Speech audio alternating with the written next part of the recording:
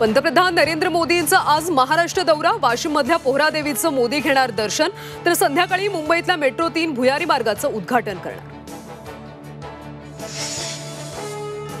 राहुल गांधी कोल्हापुरात दाखल। भगवा चौकातल्या छत्रपती शिवाजी महाराजांच्या पूर्णाकृती पुतळ्याचं अनावरण।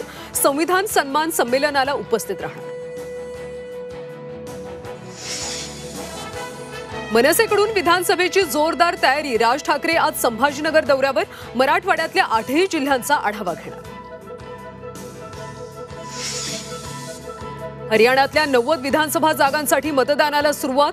थेट हरियाणातून झी24 तासचं ग्राउंड झिरो वरून रिपोर्ट।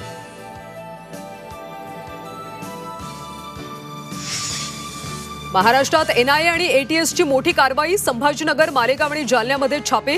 देशविरोधी कारवाईच्या संशयावरून तरुणांना घेतलं ताब्यात। पुणे सामूहिक बलात्कार प्रकरणातल्या संशयित आरोपींचं सीसीटीव्ही फुटेज पोलिसांच्या ताब्यात। बोबदेव घाटात नराधमांचा तरुणीवर बलात्कार।